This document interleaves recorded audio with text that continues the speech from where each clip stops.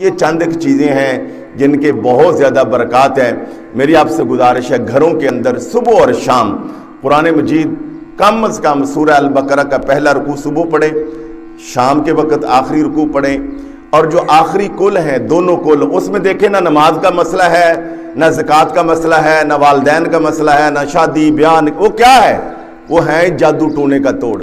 کسی بابے کے پاس جانے کی ضرورت نہیں، خدا کسی تویزوں والے کے پاس جانے کی ضرورت۔ سب سے بڑا تویز قرآن ہے، قرآن سے بڑھ کے اور کون سا تویز ہے؟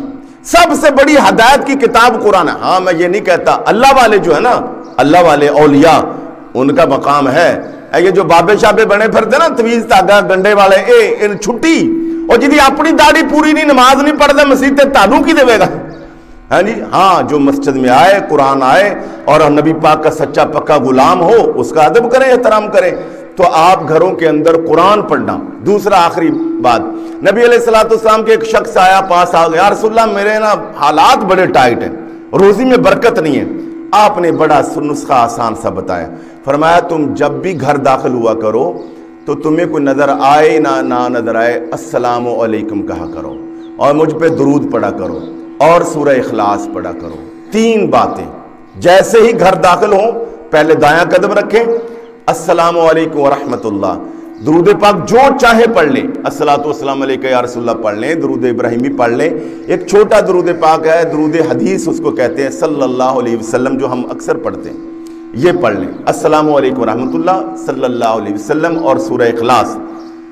نبی علیہ السلام نے فرمایا اللہ تمہاری غیبی مدد فرمائے گا۔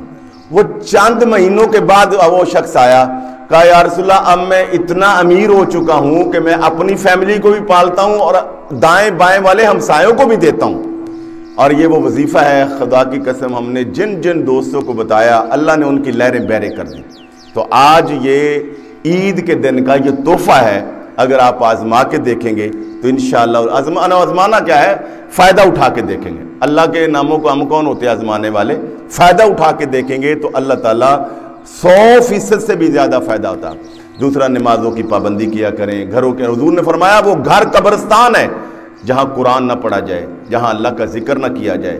اور میں بالخصوص اپنی ماؤں اور بہنوں بیٹیوں کو کہوں گا، حقیقت بات یہ ہے کہ ساری دنیا شیطان بن جائے، گھر میں ایک مومنہ بی بی ہے نا، ایک مومنہ بی بی، ساری دنیا شیطان بن جائے، کچھ نہیں بگاڑ سکتی گھر والوں کا۔ اور اگر خدا نہ خواستہ گھر کی عورت نے تھوڑی سی سستی دکھائی، پھر اس گھر کو کوئی نہیں بچا سکتا۔